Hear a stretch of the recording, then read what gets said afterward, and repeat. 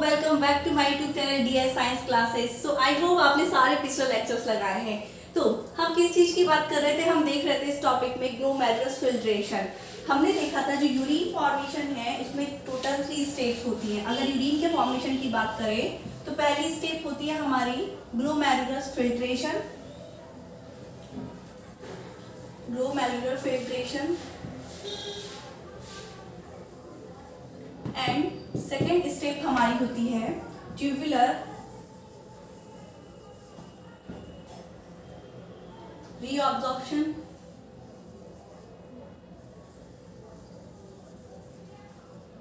And third step होती है हमारी ट्यूबुलर सिक्रीशन। ये हमारी 3 स्टेप्स के बाद हमारा यूरिन का फॉर्मेशन हो जाता है। किसके अंदर होता है? तो हमने देखा था यूरिन फॉर्मेशन होता है नेफ्रॉन के अंदर, because nephron is a structural and functional unit of kidney. और अगर पार्ट्स ऑफ नेफ्रॉन की बात करें हम तो वॉमिंग capsule and PCT, Henle loop and DCT. और यहाँ पर जो नेटवर्क बनता है कैपिलरीज का, ब्लड कैपिलरीज का, इसे हम बोलते हैं ग्लोमेरुलस। तो ये तो हो गई हमारी पिछली बात। अब हम देख रहे थे ग्लोमेरुलर फिल्ट्रेशन, जो कि स्टेप्स फर्स्ट है यूरिन फॉर्मेशन का। कैसे होता है ये भी हम देख चुके हैं कि जो हमारा नेटवर्क है ग्लोमेरुलर है, यहाँ से वेस्ट प्रोडक्ट मतलब एक्सक्रीटिव प्रोडक्ट एक्सक्रीट हो जाता है, यहाँ से छन जाता है, फिल्ट्रेट हो जाता है वॉमिंग कैप्सूल में। इस स्टेप को हम बोलते हैं first step of urine formation glomerular filtration, क्योंकि ग्लोमेरुलर से फिल्टर हो रही हैं चीजें, एक्सक्रीटिव प्रोडक्ट का फिल्टर हो रहा है। यहाँ से एक्सक्रीटिव प्रोडक्ट बाहर आ रहा है, लेकिन साथ में यहाँ से ऐसी चीजें भी बाहर आ रही हैं जिसकी ब्लड को जरूरत है अभी, मतलब एक्सक्रीटिव प्रोडक्ट के साथ साथ काम की चीजें भी बाहर आ चुकी हैं। ठीक है, तो दूसरा स्टेप क्या है? ये जो काम की चीज यहाँ आ चुकी है अंदर, फॉर एग्जांपल के लिए ग्लूकोज, वाटर का जो परसेंटेज यहाँ से क्षमता है, जब यहाँ से ग्लोमेरुलस फिल्ट्रेशन होता है तो वाटर का बहुत ज्यादा परसेंटेज यहाँ से बाहर आ जाता है। और अगर इतना ही परसेंटेज आता रहा तो वन डे में हम मतलब एक दिन में अराउंड 1 लीटर यूरिन फॉर्मेशन होगा हमारी बॉडी में। लेकिन ऐसा नहीं होता है हमारी बॉडी में। आपको पता है कितना एक दिन में बनता है? 1 litre to 1.5 litre urine formation होता है, इससे ज़्यादा यूरिन फॉर्मेशन नहीं होता। और अगर यहाँ से ऑलरेडी वाटर बहुत ज़्यादा निकल चुका है ब्लड से बाहर, तो इस वाटर को वापस हमें भेजना है, तो यहाँ पर कुछ ब्लड कैपिलरीज है जो ग्लोमेरुलस के थ्रू ही बनती हैं। इन्हें हम क्या बोलते हैं? Peritubular capillaries. यहाँ से जो एक्स्ट्रा वाटर एंड ग्लूकोज वगैरह निकला है वापस से ब्लड कैपिलरी में रीएब्जॉर्ब हो जाता है। तो ये सेकेंड स्टेप है यूरिन फॉर्मेशन की, ट्यूबुलर रीएब्जॉर्प्शन। देन उसके बाद अभी ब्लड में वैसे तो एक्सक्रीटिव प्रोडक्ट बाहर आ चुका है ब्लड से, यहाँ से फिल्ट्रेशन के थ्रू, लेकिन कुछ पार्ट्स अभी भी बचे हैं बेकार चीजों के, और ब्लड को कोई शौक नहीं है बेकार चीजों को पूरी बॉडी में लेके घूमने का। तो यहाँ से जो भी अनवांटेड चीज है वापस से ये कहाँ भेज देगा? यहाँ पर नेफ्रॉन में। और इस प्रोसेस को हम बोलेंगे ट्यूबुलर सिक्रीशन। सो ये हमारा है यूरिन फॉर्मेशन की 3 स्टेप्स। अब हम बात कर रहे थे ग्लोमेरुलस फिल्ट्रेशन की।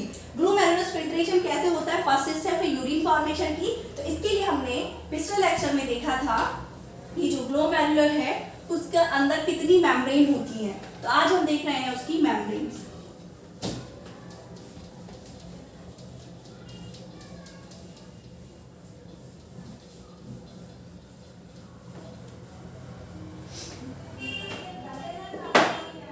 हम देखेंगे ग्लोमेरुलर फिल्ट्रेशन में स्ट्रक्चर देखेंगे इसका, इनकी मेम्ब्रेन देखेंगे, फिल्ट्रेशन मेम्ब्रेन जिसे हम बोलते हैं फिल्ट्रेशन मेम्ब्रेन। ये क्या बना रहे हैं हम? ये बन रही है हमारी ग्लोमेरुलर।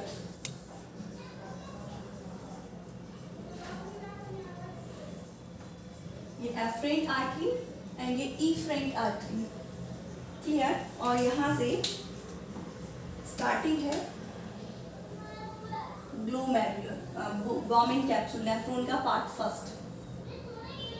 तो यहाँ पर हमारी स्टेप क्या होती है? ग्लोमेरुलर फिल्ट्रेशन की। यहाँ से ग्लोमेरुलर से पूरी चीज फिल्ट्रेट होती है, मतलब एक्सक्रीटिव प्रोडक्ट का फिल्ट्रेशन होता है। तो इसके लिए हमने देखा था जो हमारा ग्लोमेरुलस है, मतलब क्या है, एक टाइप की ब्लड कैपिलरी है। और ब्लड कैपिलरी ऑलमोस्ट किसकी बनती है, अगर हम टिश्यू की बात करें, सेल की बात करें, तो ब्लड कैपिलरी जो होती है हमारी बनती है स्क्वैमस सेल की।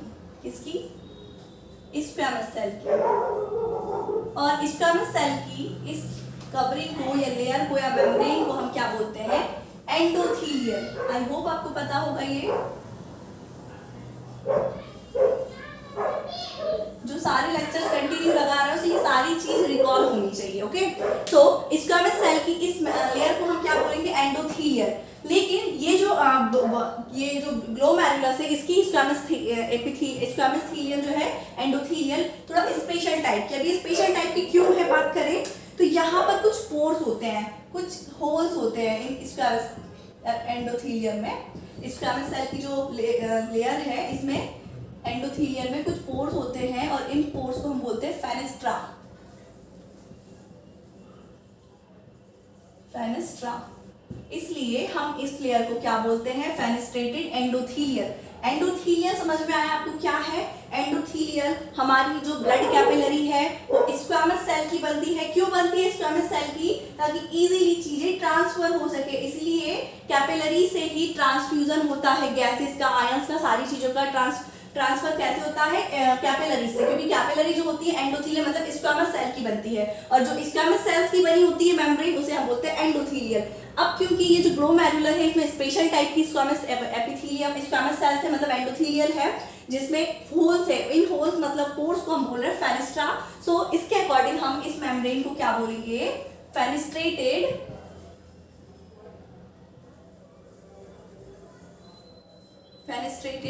एंडोथीलियल। क्लियर? ये हो गई हमारी फेनेस्ट्रेटेड एंडोथीलियल। अब ये जो फेनेस्ट्रेटेड एंडोथीलियल है, सिर्फ इतनी ही इसमें मेम्ब्रेन नहीं है ग्लोमेरुलर में। अब ये फिल्ट्रेशन आपको जो दिख रहा है इतना इजीली ऐसे नहीं होगा। इसके ऊपर एक और मेम्ब्रेन है आउटर साइड में। अगर आपके सारे लेक्चर्स लगाए हैं तो आउटर साइड में एक मेम्ब्रेन होती है कैपिलरीज के, इसे हम क्या बोलते हैं, क्योंकि ये बेस बनाती है, बेस बनाने में हेल्प करती है, तो इसे हम बोलते हैं बेसमेंट मेम्ब्रेन। क्या बोलते हैं इसे? Basement membrane. क्लियर है? ये हो गई हमारी बेसमेंट मेम्ब्रेन।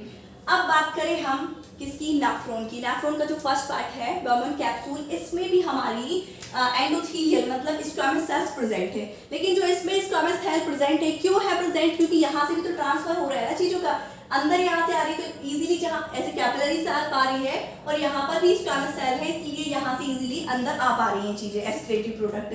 ठीक है, तो ये जो अंदर हमारी स्क्वैमस सेल की लेयर है वो थोड़ी सी मॉडिफाई होती है। कैसे मॉडिफाई होगी? तो देखो, यहाँ पर इंटरनल साइड में कुछ स्क्वैमस सेल्स प्रेजेंट है, और बाहर साइड में जो इंटरनल साइड में है उसे हम क्या बोलेंगे, विसरल, और जो आउटसाइड में है उसे पैराइटल। ये आपको पता है जितने भी ऑर्गन्स इंटर है, ऑर्गन्स जो सारे बीच में प्रेजेंट है हमारी बॉडी में, उन्हें हम बोलते हैं विसरल, और आउटर साइड में पैराइटल। ओके, सो यहाँ पर हमारे इस रीजन में जो हमारी स्क्वैमस सेल्स प्रेजेंट है ये थोड़ी मॉडिफाई है। मॉडिफाई कुछ ऐसे हैं कि यहाँ पर कुछ ऐसे पेयर टाइप होते हैं। ये क्या करते हैं, ब्लड कैपिलरी मतलब ग्लोमेरुलस को बाइंड करके रखते हैं, पकड़ के रखते हैं। ठीक है, और इसे हम क्या बोलते हैं, पोडोसाइट।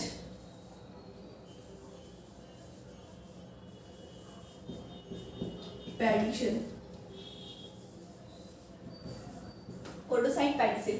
तो ये तो हो गई हमारी ग्लोमेरुलस के इंटरनल मेम्ब्रेन्स की बात। तो हमने क्या देखी, अगर हम मेम्ब्रेन को देखें, मेम्ब्रेन बनाए यहाँ पर फिल्ट्रेशन मेम्ब्रेन, यहाँ देखिए हम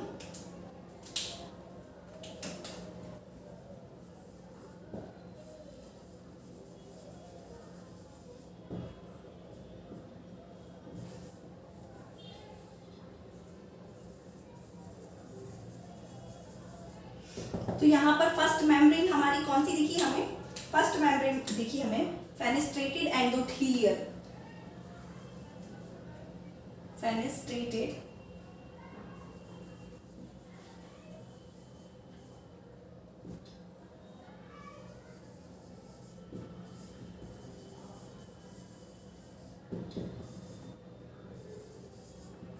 देन इसके बाद हमें दूसरी मेम्ब्रेन कौन सी दिखी, ये सबसे पहले फेनेस्ट्रेटेड एंडोथीलियल, देन उसके बाद बेसमेंट मेम्ब्रेन।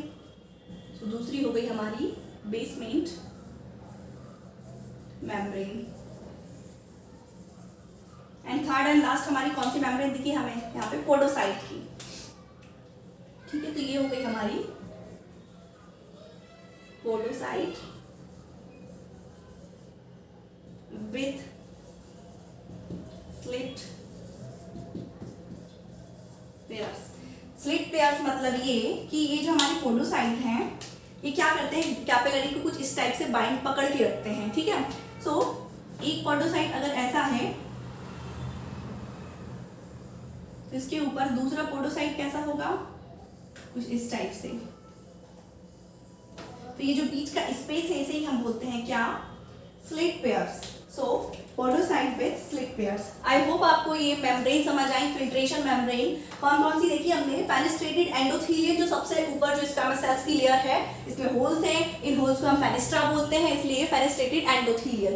देन उसके बाद जो मेम्ब्रेन आती है जहां से फिर फ्लूइड को पहले मेम्ब्रेन क्रॉस करने का सेकंड मेम्ब्रेन को क्रॉस करना पड़ता है, इसे हम क्या बोलते हैं, basement membrane. And then last membrane जिसे क्रॉस करने के बाद ये पहुंच जाता है नेफ्रॉन में, उसे हम बोलते हैं podocyte with slit pairs. I hope आपको ये मेम्ब्रेन समझ में आई है। अब हम देखेंगे ग्लोमेरुलस फिल्ट्रेशन रेट मतलब GFR की जो हमारी नेफ्रॉन है उसमें किस रेट से यूरिन का फॉर्मेशन होता है, ग्लोमेरुलस फिल्ट्रेशन की रेट क्या होती है।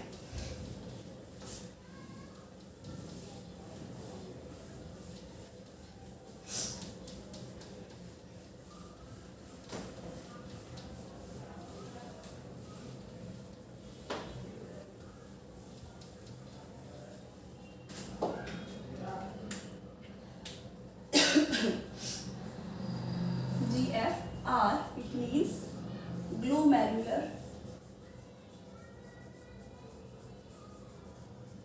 filtration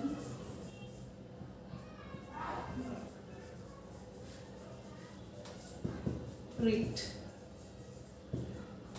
वही हम फिर से अपना पुराना डायग्राम बनाएंगे और देखेंगे ये क्या है हमारा, Bowman capsule, then glomerular,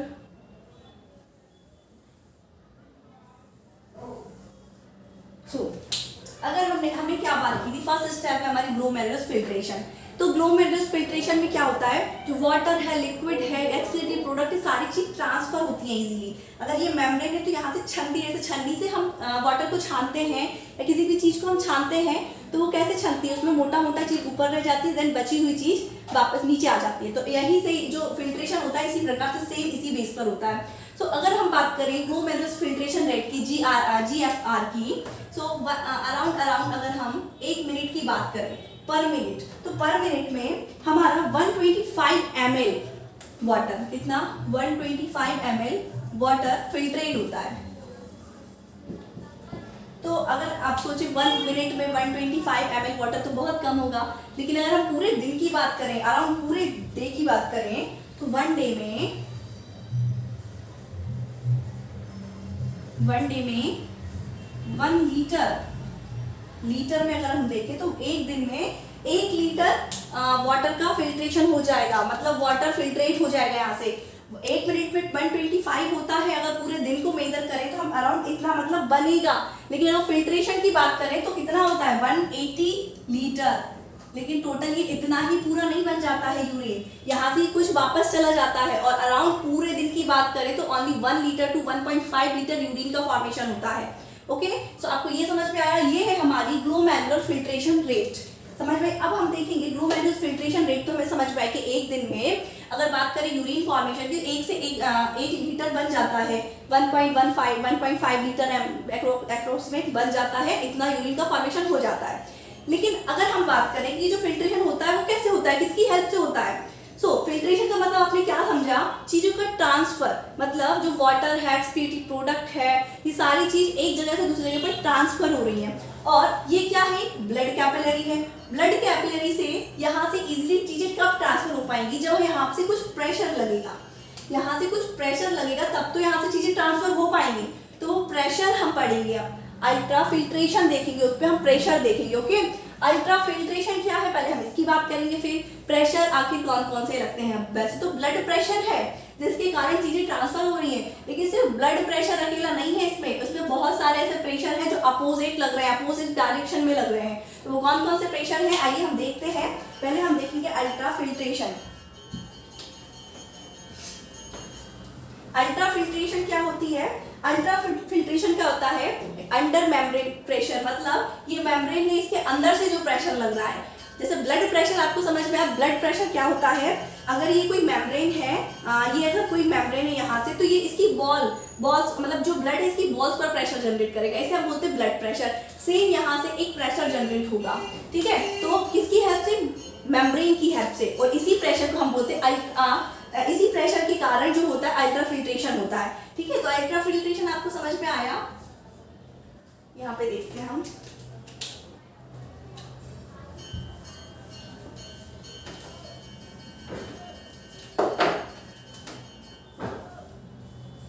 GFR तो हम देखना ही है, हम देखेंगे अल्ट्रा फिल्ट्रेशन क्या होता है। अल्ट्रा फिल्ट्रेशन का मतलब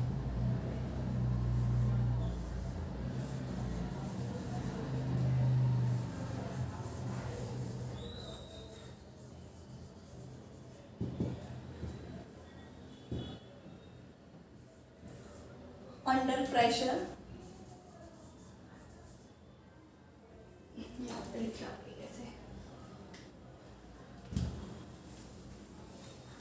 इसका मतलब देखिए अल्ट्रा फिल्ट्रेशन का मतलब होता है कहाँ हो रहा है filtration? Filtration under pressure, clear है? तो ये अल्ट्रा फिल्ट्रेशन है। तो अब हम देखेंगे प्रेशर। अभी हम इसको अच्छे से बना लें ग्लोमेरुलस को, क्योंकि अब हमें देखना है कि कौन कौन से प्रेशर वर्क करने वाले हैं यहाँ, जिसके कारण ग्लोमेरुलर फिल्ट्रेशन हो रहा है और ग्लोमेरुलस फिल्ट्रेशन में हम मेजर कर पा रहे हैं।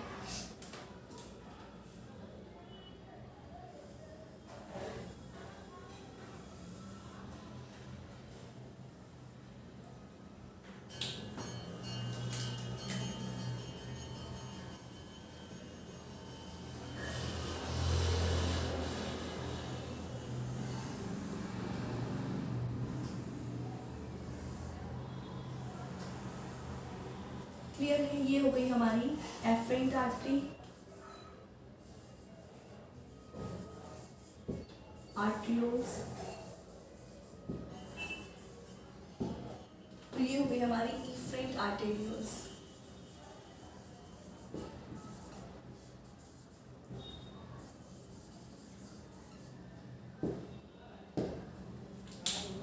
सो देखिए अभी एक चीज आपको समझना जरूरी है ताकि आपको इजीली प्रेशर कौन कौन से लगने वाले ये समझ में आ जाए, ठीक है। सो एक होता है, एक टर्म्स होती है जिसे हम बोलते हैं osmolyte.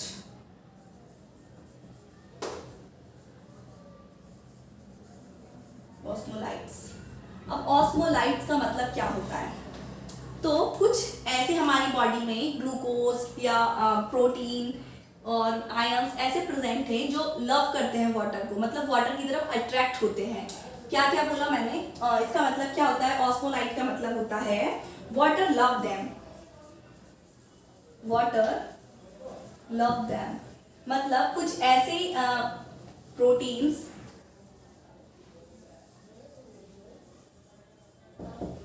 Glucose and ions present हैं जो क्या करते हैं? वाटर से लव करते हैं, अट्रैक्ट होते हैं वाटर की तरफ। जहां वाटर जाएगा वहीं जाने की कोशिश करते हैं। अगर वाटर कहीं जा रहा है तो उसे अपनी तरफ खींचने की कोशिश करते हैं। फॉर एग्जांपल के लिए यहाँ पर कुछ ग्लूकोज या प्रोटीन्स के पार्टिकल हैं, मॉलिक्यूल्स हैं छोटे छोटे। सो और यहाँ वाटर है, क्या है? यहाँ वाटर है। तो ये वाटर कहाँ जाएगा? इसके इन आयंस की तरफ जाएगा और ये आयंस वाटर की तरफ अट्रैक्ट होंगे। सो इन्हीं चीजों को, मतलब इन्हीं आयंस, प्रोटीन, ग्लूकोज को हम क्या बोलते हैं? ऑस्मोलाइट। ऑस्मोलाइट आपको समझ में आया? जो एक दूसरे की तरफ अट्रैक्ट हो।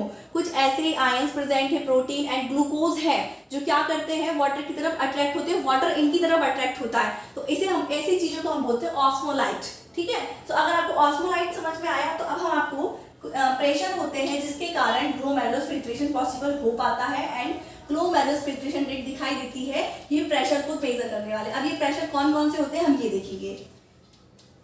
पहला तो हमारा प्रेशर होता है GBHP। GBHP इसका फुल फॉर्म होता है ग्लोमेरुलर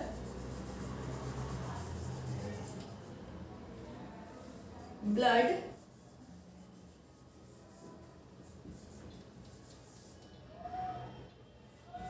हाइड्रोस्टैटिक प्रेशर। अब ये कैसे लगता है, जैसा कि आपको नाम से ही क्लियर हो रहा है, ग्लोमेरुलस ब्लड हाइड्रोस्टैटिक प्रेशर। देखो तो यहाँ पे पहले क्या होता है, मैंने क्या बताया आपको कि हमारा ग्लोमेरुलस फिल्ट्रेशन कैसे होता है, जैसे चाय की छन्नी से चाय का छानना, सेम मतलब चीजें यहाँ से ट्रांसफर हो रही है, छन रही है, इसे हम ग्लोमेरुलस फिल्ट्रेशन कह रहे हैं। तो एक्सक्रीटरी प्रोडक्ट कहाँ से ट्रांसफर हो रहा है, यहाँ से तीन मेम्ब्रेन को क्रॉस कर करके। ये तीन मेम्ब्रेन कौन कौन सी है, पहली मेम्ब्रेन है हमारी fenestrated endothelial, then basement membrane and last हमारी podocyte with slit pores. Okay, तो ये तीन मेम्ब्रेन को क्रॉस करके जो एक्सक्रीटरी प्रोडक्ट है क्रॉस कर रहा है, मेम्ब्रेन को क्रॉस कर पा रहा है। ओके, सो अब हम बात करेंगे किसके कारण से। अभी जैसे कि आपको पता चला कोई भी चीज अगर यहाँ से आ रही है, दो ही चीज हो सकती है, अगर गैस ट्रांसफर कर रही है तो किसके कारण, अब या फिर कोई लिक्विड भी ट्रांसफर कर रहा है तो higher concentration to lower concentration चीजें ट्रांसफर करती हैं। अब यहाँ पर कॉन्सेंट्रेशन हायर का मतलब ये होगा, कॉन्सेंट्रेशन तो हायर है लेकिन एक कोई फोर्स ऐसा वर्क कर रहा है जिसके कारण चीजें ट्रांसफर हो पा रही है। तो यहाँ से एक प्रेशर लग रहा है, यहाँ पर प्रेशर जो ब्लड के द्वारा लग रहा है। अगर यहाँ पे ब्लड फ्लो हो रहा है, ब्लड यहाँ पे फ्लो हो रहा है, तो ये ब्लड यहाँ पर इन बॉल्स पर क्या प्रेशर जनरेट कर रहा है ऐसे, और इसे हम बोलते हैं ब्लड प्रेशर। ठीक है, तो ये ब्लड प्रेशर लगा रहा है जिसके कारण क्या हो रहा है, यहाँ से प्रेशर लग रहा है और इस प्रेशर के कारण जो एक्सक्रीटरी प्रोडक्ट है, वाटर है, यूरिया है और ग्लूकोज, ये सारी चीज यहाँ से यहाँ ट्रांसफर हो पा रही है। ग्लूकोज, वाटर, यूरिया, आयन, ये सारी चीज यहाँ से ट्रांसफर हो पा रही है। क्यों? क्योंकि ये प्रेशर लग रहा है। तो ये जो प्रेशर लग रहा है ये क्या है, ग्लोमेरुलर है और ब्लड प्रेशर लगा रहा है ग्लोमेरुलर में, इसलिए GBHP glomerulus blood hydrostatic pressure, इसकी अराउंड वैल्यू की अगर हम बात करें तो 60 mm of Hg, 60 mm of Hg pressure यहां से लगता है। अगर हम इसको क्लियरली देखना चाहें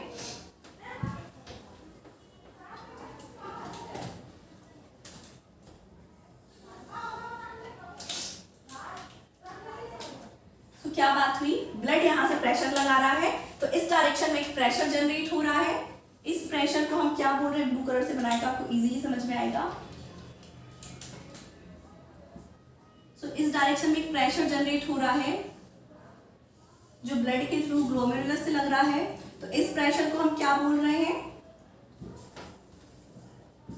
GBHP glomerulus blood hydrostatic pressure, और इसकी वैल्यू कितनी है, 60 mm ऑफ Hg। ठीक है, अब ये तो बात हो गई यहाँ से लगने वाला प्रेशर, ग्लोमेरुलस में से लगने वाला प्रेशर, मतलब ब्लड जो प्रेशर जनरेट कर रहा है। दूसरी बात, यहाँ पर ऑलरेडी लिक्विड पड़ा हुआ है, यहाँ पे कुछ लिक्विड ऑलरेडी पड़ा हुआ है। अब आप एक बात बताइए, किसी खाली चीज में हम लिक्विड भरने की कोशिश करें तो इजीली वो भर सकते हैं, लेकिन ऑलरेडी वहाँ लिक्विड है, फिर हम फिर से लिक्विड डालने की कोशिश करें थोड़ा सा डिफिकल्ट हो जाएगा, मतलब दो प्रेशर यहाँ वर्क कर रहे हैं। फॉर एग्जाम्पल के लिए एक बॉटल है, बॉटल में लिक्विड भरा पड़ा है, उसमें मैं और लिक्विड डालने की कोशिश कर रही हूँ तो वो जो लिक्विड डला है ना वो अपोजिट प्रेशर देगा और वहाँ कोई एयर नहीं है। एग्जाम्पल के लिए एक बॉटल है, यहाँ पर एक पूरी बॉटल में पानी भरा है, यहाँ से पाइप लगाकर मैं पानी भरने की कोशिश करूँ तो वो नहीं जाएगा, वो पीछे से प्रेशर मारेगा क्योंकि यहाँ ऑलरेडी फुल है, प्रेशर जनरेट होगा तो एक तरफ से तो प्रेशर जा रहा है, दूसरी तरफ से भी जाएगा। तो यहाँ पर क्योंकि एक और फ्लूइड पड़ा हुआ है सो इस प्रेशर पे एक अपोजिट प्रेशर जनरेट होगा, और जो अपोजिट प्रेशर जनरेट होगा इस प्रेशर को हम क्या बोलेंगे, यहाँ से एक प्रेशर जनरेट होगा, ये लिक्विड लगाएगा अपोजिट डायरेक्शन में। क्यों, यहाँ से ये डायरेक्शन में प्रेशर लग रहा है, अब यहाँ पे ऑलरेडी फ्लूइड पड़ा हुआ है तो ये इसका अपोज करेगा, तो यहाँ से एक प्रेशर जनरेट होगा, इसे हम बोलेंगे CHP। इसका फुल फॉर्म है capsular hydro hydrostatic pressure. Capsular hydrostatic pressure मतलब ये बॉम्बिंग कैप्सूल के द्वारा लग रहा है ये प्रेशर। क्यों? क्योंकि यहाँ पर ऑलरेडी लिक्विड भरा पड़ा है, लिक्विड भरा है, अब दूसरा लिक्विड जा रहा है तो अपोजिट डायरेक्शन में प्रेशर जनरेट हो रहे हैं। तो ये जो लिक्विड प्रेशर लगा रहा है, इसकी वैल्यू की अगर हम बात करें तो इसकी वैल्यू होती है around 20 mm of Hg। Clear? तो ये 20 mm ऑफ Hg का प्रेशर इस डायरेक्शन में लगाएगा, लेकिन अभी भी ये जो 60 mm ऑफ Hg है यहां से लग रहा है जो ब्लड के थ्रू, ये अभी भी ज्यादा है। सो ब्लड, अब लिक्विड तो यही ट्रांसफर होगा अभी, लेकिन अभी दूसरी बात एक और आ गई। यहाँ जो हमारी ब्लड कैपिलरी है यहाँ पर प्रेजेंट है प्रोटीन। क्या प्रेजेंट है? प्रोटीन। ये प्रोटीन और यहाँ है ब्लड, और यहाँ से ब्लड और भी ज्यादा क्रॉस हो रहा है क्योंकि ये प्रेशर जो GBHP है वो लग रहा है इस डायरेक्शन में, मतलब इसके साथ साथ ब्लड के साथ साथ वाटर जा रहा है, ग्लूकोज जा रहा है, आयंस जा रहा है, यूरिया तो जा ही रहा है। तो ये वाटर को, ये जो प्रोटीन है जाने नहीं देंगे। क्यों नहीं जाने देंगे? अभी आपको क्या बताया? ऑस्मोलाइट बताया। ऑस्मोलाइट का मतलब ऐसे प्रोटीन्स, ग्लूकोज या आयंस जो वाटर से लव करते हैं, मतलब वाटर की तरफ अट्रैक्ट होते हैं, वाटर को दूर नहीं जाने देते अपने से, या वाटर उससे दूर नहीं जाना चाहता है। तो इस पोजीशन में यहाँ से फिर से ये जो प्रोटीन्स हैं इनके पार्टिकल फिर से यहाँ से एक प्रेशर जनरेट करेंगे। तो यहाँ से फिर से एक प्रेशर लगेगा, मतलब ये जो वाटर है ये इनकी तरफ प्रेशर लगाएगा। किनकी तरफ? इन पार्टिकल्स की तरफ। ये पार्टिकल्स जो है प्रोटीन पार्टिकल्स यहाँ से प्रेशर लगाएंगे, ये वाटर लगाएगा यहाँ पर ऐसे। तो देखिए इस डायरेक्शन में दो प्रेशर लग रहे हैं, एक वाटर लगा रहा है किसको? प्रोटीन को अपनी तरफ बुलाने के लिए, दूसरा लिक्विड लगा रहा है ऑलरेडी जो लिक्विड आ रहा है उसे ना आने देने के लिए। ठीक है? तो अब आपके दिमाग में ये क्वेश्चन आया होगा, ये जो प्रेशर लग रहा है वो जरूरी क्यों है लग रहा है? वाटर जा सकता है, चलो ठीक है, वाटर नहीं जा रहा है तो ये प्रोटीन क्यों नहीं आ पा रहा है इजीली? तो आपको एक बात पता होगी, जो हमारी स्क्वेमस एपिथेलियम की लेयर होती है वो सिलेक्टिव होती है, मतलब सिलेक्टिव ऐसे बोल सकते हैं, इसमें से कुछ चीजें ही ट्रांसफर हो पाती हैं। प्रोटीन्स का साइज बहुत बड़ा, बहुत तो नहीं मतलब बड़ा होता है अकॉर्डिंग टू ऑल लिक्विड। तो प्रोटीन यहाँ से इजीली ट्रांसफर नहीं कर पाता है। प्रोटीन अगर इजीली ट्रांसफर हो जाता तो यहाँ से आ जाता लिक्विड के साथ, लेकिन वो नहीं हो पा रहा है, इसलिए वाटर को अपनी तरफ बुलाने की कोशिश कर रहा है और यहाँ से एक प्रेशर जनरेट हो रहा है और इस प्रेशर को हम बोलते हैं CHP। CHP नहीं, सॉरी